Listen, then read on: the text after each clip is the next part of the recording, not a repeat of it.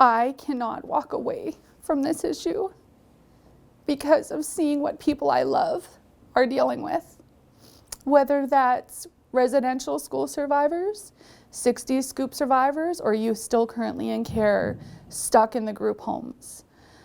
I, through one of my foster sons, chased down a 13-year-old runaway, an Indigenous youth in care living in a group home. And that night broke my heart and changed my perspective of everything that I thought that was real. All of the fake security I had in somebody else is taking care of that. Somebody else is worrying about that.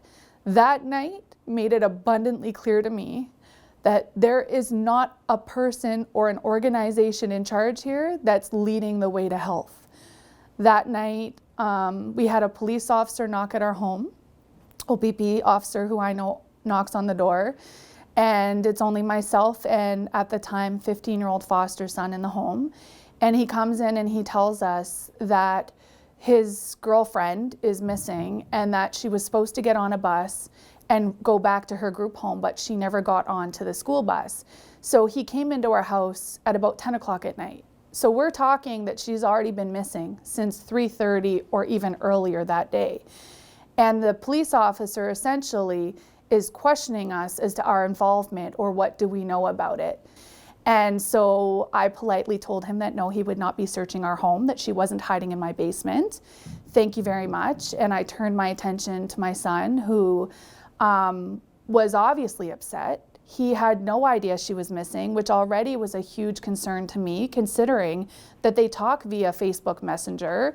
So if she hadn't even told him that this is what the plan was, you know, what is going on with her life, we had no idea. I asked him what he wanted to do. He said he wanted to go look for her. I said, I don't really know how we look for her or where we go, but okay, let's go look for her. Fun fact, gas station in Atikokan, not open that time of night. We had to find another vehicle with gas to leave town. And so we did that. And before we left, I told him, send her a message on Facebook Messenger, tell her we're going to go to Boston Pizza, which is the only place I could think of that would have Wi-Fi at the time of night we would be arriving, because it was a 2-hour drive. And so he did that. He didn't have Wi-Fi the entire drive. So we didn't know until we got there what the outcome would be from that message. And on that drive, he started sharing with me his experiences from being in the same group home that she was in. And I'm not going to share his story. Those are his lived experiences, but they broke my heart. Listening to how we are not honoring our youth, we are not making any room for their experiences, their trauma. Most of the adults working with these youth are kind of sucking all of the air out of the room and not leaving any for the youth. And so we got to Fort Frances after that long drive with kind of already some of my perspectives being shattered and shaken. And then we get to Fort Frances, we go to Boston Pizza, and he gets a message telling him that she's hiding out at the Super 8 that just happens to be across the parking lot from Boston Pizza. And so I said to him, knowing that the OPP were looking for her, but also knowing morally that I needed to touch base with this girl to see what was going on before we just brought her back to OPP. And I said to him, well, ask her to come over to Boston Pizza and to meet us here. And when she came in, she was physically in psychological distress and emotional distress. She was rocking back and forth, nonverbal. I didn't know her at all. I didn't know at that point in time, is it a communication barrier? Is it, is English her second language? I had no idea. So I was just trying to get through basic questioning with her. So I was asking her things like, you've run away because you're not okay? And I would get yes. Is it because of the environment you're in? Is it because of that group home? Yes. Why? Shut down. Could not get a response. And so I said to her after realizing, so my suspicion, quite frankly, was she likely has a criminal record. She's likely got some kind of criminal involvement. She's not, my son is telling me, absolutely not. She's probably not being honest with him because she doesn't want him to know this about her. And so I kind of had these underlying biases and my own internal dialogue going on, but trying not to allow it to inform my actions. And I said to her, okay, I don't know anything about your story. I don't know your reality, but here is what I know. I know that if you run, it's going to get bad. I know if you run, it's going to get worse. I know that everything in you right now is telling you that you need to run to find a place that feels safe, but you're not going to find it running. You can't find it this way. You're going to find a drug house. You're going to find somewhere that is not a safe place. So I recommend to you, as someone who does not know you, that you allow me to bring you back to the police who are looking for you. They do have legal guardianship over you in the group home because of the way the dynamics work. So you have to go back. They're the ones who get the say in your future right now.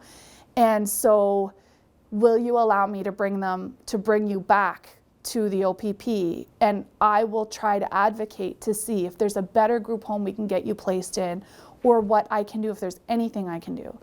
So she agreed. So she got in the car, and we decided we would go to Treaty 3 first, because we figured that Treaty 3 being Indigenous police officers, we felt like that would give us time to ask them about their perspective, understanding that they would have a better understanding, and hope that they would have a better understanding of some of the issues going on in terms of the youth being in the group homes. So she got in the car, we all got in the car, we went to the Treaty 3 station. When we were there, they got our ID, asked all of our information, and they notified OPP, who were then dispatched to come and meet us there. While we were waiting, I asked the police officers who were there, is there a better group home that we can recommend or advocate that she be placed in versus this one that she's in? They basically laughed and said, that's one of the good ones. And I was shocked, not because of anything specific, but knowing the spiritual reaction that I was witnessing this young girl having to her environment. I don't need to know specifically what that is. I don't need to know what the thing is. I just know it's not a good environment for her.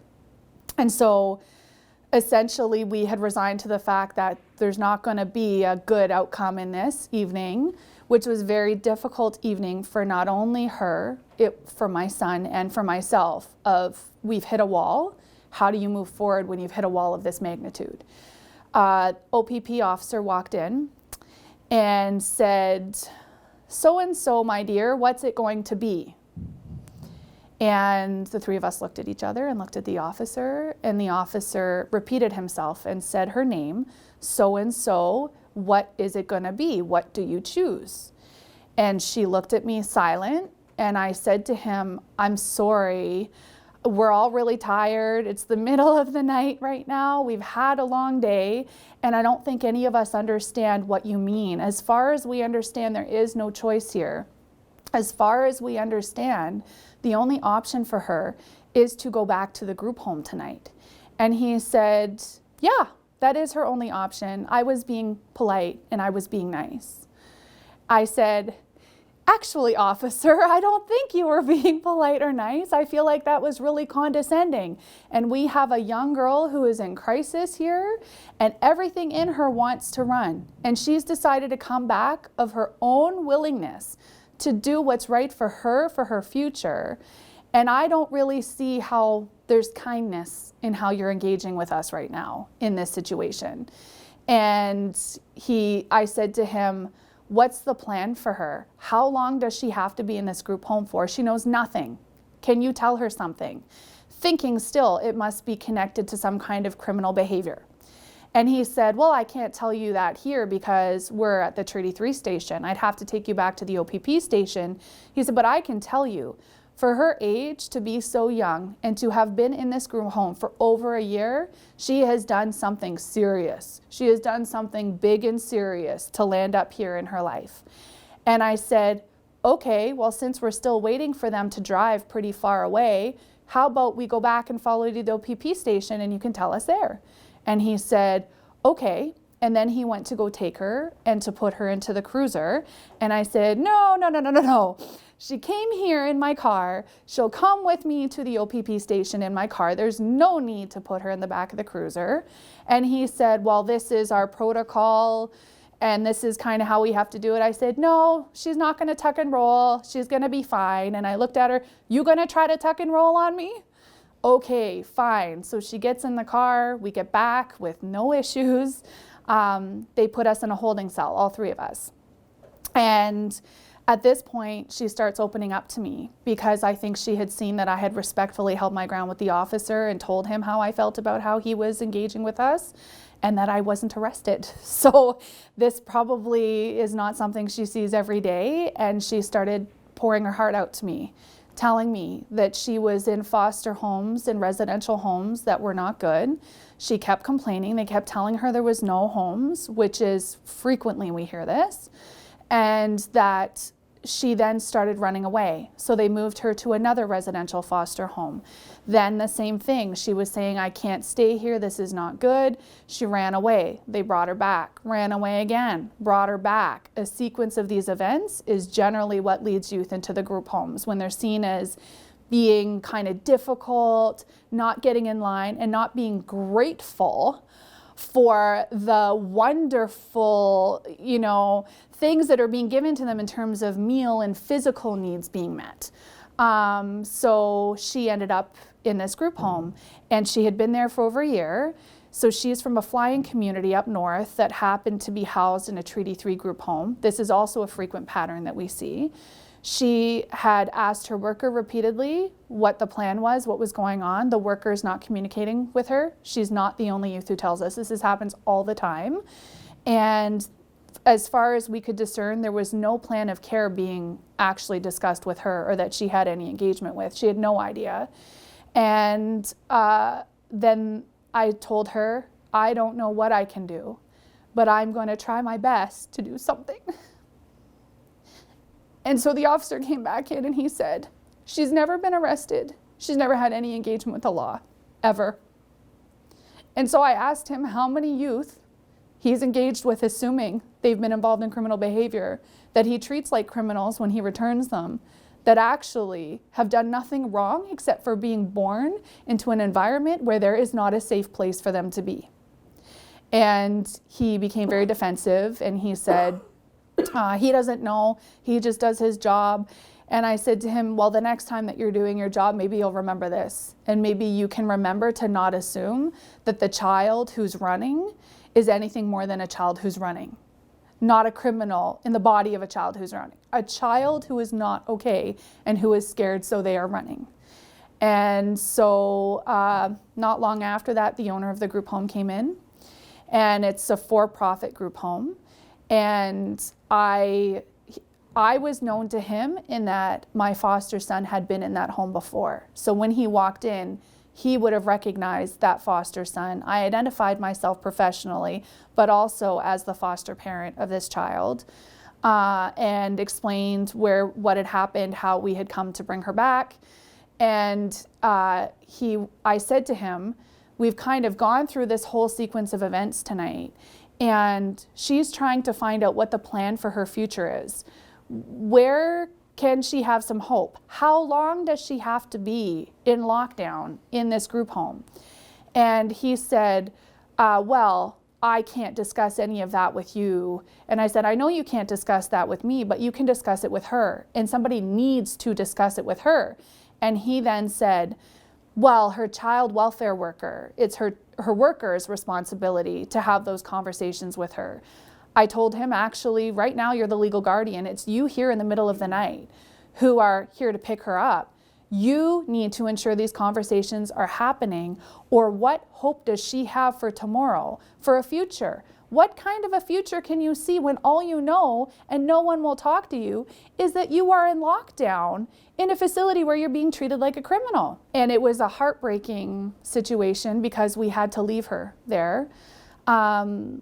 My son and her tried to hug, at which point they tried to stop that from happening. And I physically stood between them and my son and her so that they could hug, while I told them that these are humans that we're dealing with. And they are allowed to have emotional reactions to this situation, because me as an adult, I'm having a huge emotional reaction to this situation. So we're gonna allow space for them to be able to hug each other. That's completely acceptable for them to console each other in this moment. And I basically had to stand there and allow, and basically force them to create space, to treat them like humans. So I can only imagine what happens when an adult is not standing there forcing for space to be created to treat them like humans. And that was the end of that night. So after we had said our goodbyes, I was heartbroken. My son clearly not okay, him having been in that home and understanding more deeply than I did what that meant for her. So we couldn't, it was like the only night that you could not get any room in Fort Frances to book. So we were leaving Fort Frances, I think at like 2:30 that morning, to turn around and drive home another 2 hours. So we had 2 hours in the car on the way home where I was bawling, crying at this reality. And my foster son is consoling me, telling me that, Sarah, it's okay, this is normal. And I'm like, this is not okay. This is not normal. This is not okay. And he's saying it is. If you and Dave wouldn't have taken us, high-risk teenagers, in your home, we probably would have ended up there. This is what happens. And the whole ride was him basically telling me, like, it's me who needs to adjust my expectation. They've gotten used to it. This is how things roll. This is the normal. And yeah, it sucks, but we just have to accept it because we can't do anything about it. And so that night's the night we started talking about the Lodge vision. And I started asking him, like, what would we need? What is your dream? Like, dream. The dreams aren't crazy things. I want a safe place. I want to be able to engage with my family. I want to be able to do things like music. I want to be able to do real things and have real conversations in a safe place where I'm not separated from my family or my culture. And so that night, I promised him that I wasn't going to accept it as normal and that I was going to do everything I could to make sure we create a new normal, because I can't live knowing that this is going on and sleep at night pretending while I do nothing about it. We believe on our lodge development team that there are a lot of really good-hearted individuals who have no idea that this is going on. And if they did, they would be as heartbroken as we are with what we're seeing happening on the front lines, and that they would want to do something to help. And this Lodge vision and how we're bringing it forward is exactly that. It's the goal to educate about what's going on. At the same time, we address the problems and provide opportunities for good-hearted people to step up and prove to these youth that we do care as a society. That imagining that's your child, you would not accept it for your child, so you will not accept it for the children of our nation, of Treaty 3 Nation, of the Indigenous nations and non-Indigenous nations. It is not acceptable for any child.